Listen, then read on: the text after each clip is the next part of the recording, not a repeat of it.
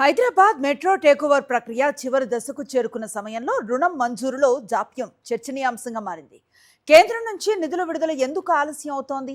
Takeover ఆలస్యం తెలంగాణ ప్రభుత్వానికి లాభమా నష్టమా?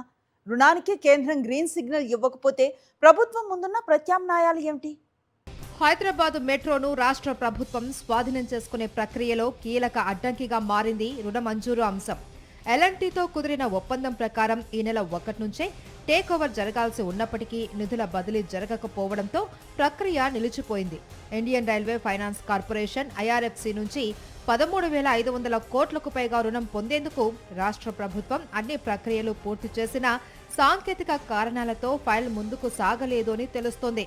రుణం తిరిగి చెల్లించే విధానంపై రాష్ట్రం నుంచి స్పష్టత లేదు అనే కారణంతోనే కేంద్రం స్థాయిలో ఆమోదం ఆలస్యం అవుతుందని కేంద్ర మంత్రి కిషన్ రెడ్డి చెబుతున్నారు. అయితే రాష్ట్ర ప్రభుత్వం మాత్రం అన్ని నిబంధనలు పూర్తి చేసినా ఉద్దేశపూర్వకంగానే రుణాన్ని అడ్డుకుంటూ ఉన్నారని ఆరోపిస్తోంది.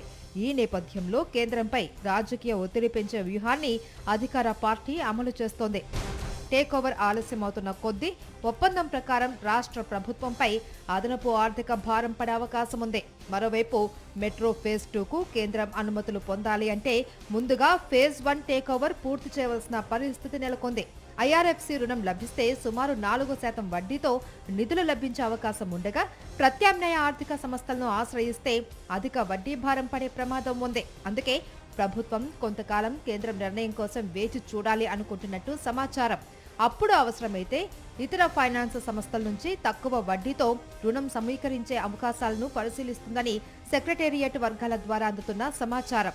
మెట్రోకు ఉన్న ఆస్తుల కారణంగా రుణ సమీకరణలో పెద్ద సమస్య లేదు అని అధికారులు చెబుతున్నప్పటికీ తక్కువ వడ్డీతో నిధులు సమకూర్చుకోవడమే ప్రభుత్వ ప్రధాన లక్ష్యంగా కనిపిస్తోంది. ఈ నేపథ్యంలో త్వరలో జరగబోయే కేబినెట్ సమావేశంలో మెట్రో టేక్ ఓవర్ అంశంపై కీలక చర్చ జరిగే అవకాశం ఉంది. హైదరాబాద్ మెట్రో టేక్ ఓవర్ వ్యవహారం రాజకీయంగా ఆర్థికంగా ఎలాంటి మలుపు తిరుగుతుంది అనేది ఇప్పుడు ఆసక్తికరంగా మారింది. మరిన్ని అప్డేట్స్ కోసం ఛానల్ను సబ్స్క్రైబ్ చేయండి.